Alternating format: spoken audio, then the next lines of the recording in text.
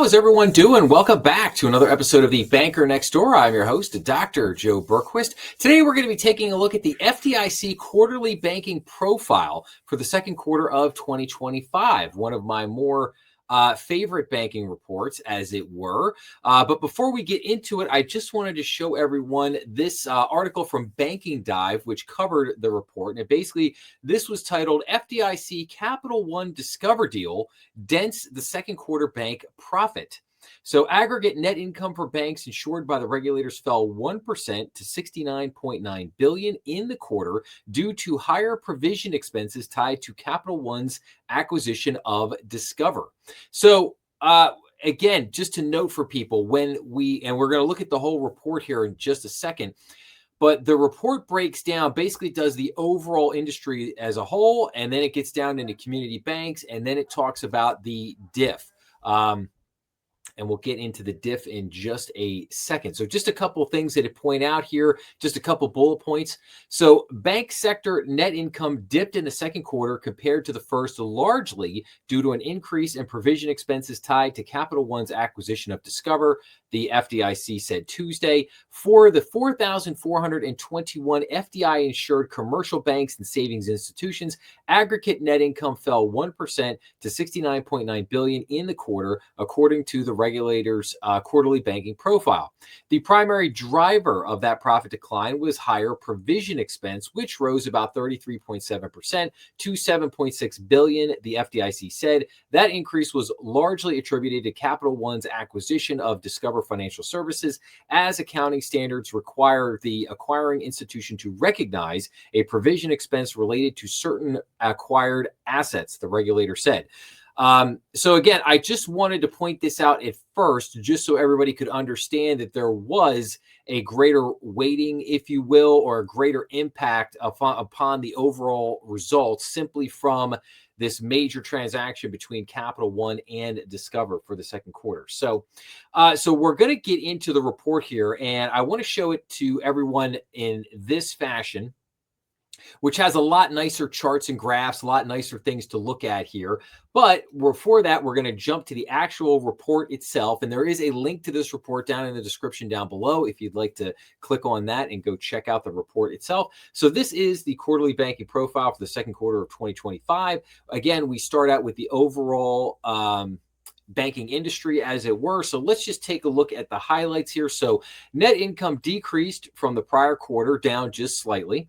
The deposit insurance fund reserve ratio, or like I said, the diff, increased 5 basis points to 1.36% and now exceeds the statutory minimum. That's great. Good news.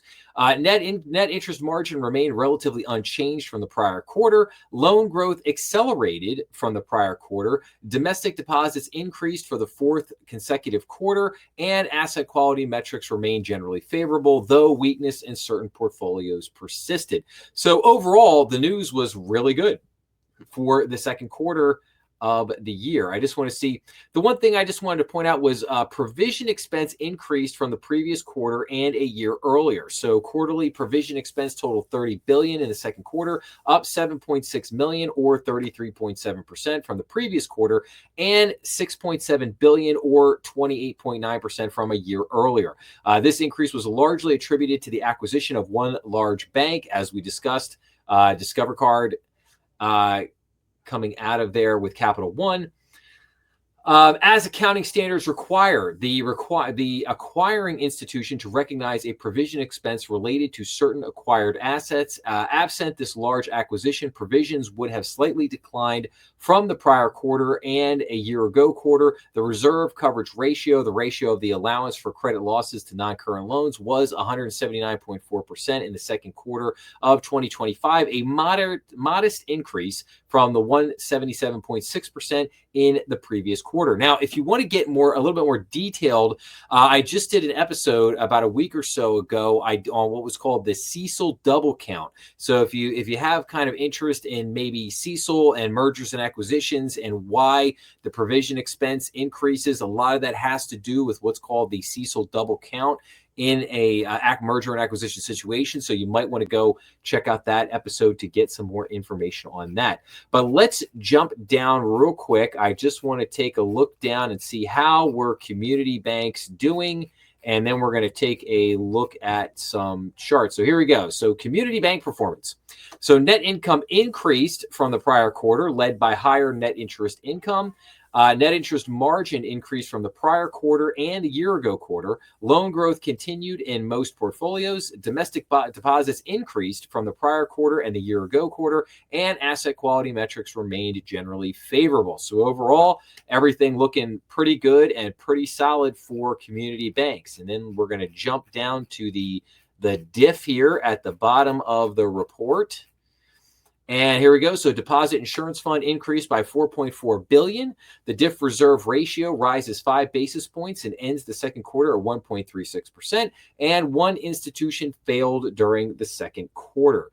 So that was about it. So again, the diff deposit insurance fund looking pretty solid. So now let's take a look at some of the charts here, because I think these are a little bit better. So the quarterly net income here. So we could see here that the banking industry finished the quarter with slightly lower earnings quarter over quarter, resulting in a return on assets ROE ratio of 1.13%. The decline was primarily attributed to an increase in provision expenses related to a large bank acquisition, absent which net income would have increased. Domestic deposits increased for the fourth consecutive quarter, and loan growth accelerated. Asset quality metrics remain generally favorable despite continued weakness in certain portfolios, which we are monitoring closely. The banking industry continued to have strong capital and liquidity levels, which support lending and protect against potential losses. At the same time, institutions continue to navigate weakness in certain loan portfolios and elevated unrealized losses, among other challenges. So chart one here is quarterly net income, and we can see here that the overall net income, again, absent that one transaction, would have been up. Return on assets still remains above 1%, which is good. I mean, 1% generally being the industry standard. So overall, things not too shabby there. Quarter over quarter change in net income. You could see here this kind of big provision expense that was right here. Applicable income taxes caused a negative effect here of 1.9, I think, it's billions. 1.9 billion. So net income overall was down, but net interest income was up. Non-interest income was up a little bit. Non-interest expense up a tad bit, and then securities gains or losses was up there a little bit at 1.6 billion. So again, outside of this negative factor, which was this increase in provisions, net interest income, bank net income overall not looking too shabby. Quarterly net interest margin. Again, we could see here, and this is broken up by assets under 100 million in assets, the blue line. Assets 100 million to 1 billion is a solid red line. Assets 1 billion to 10 billion, dotted blue line. Assets 10 billion to 250 billion, solid gold line. Assets over 250 billion, solid green line. And then the industry as a whole is in the black line.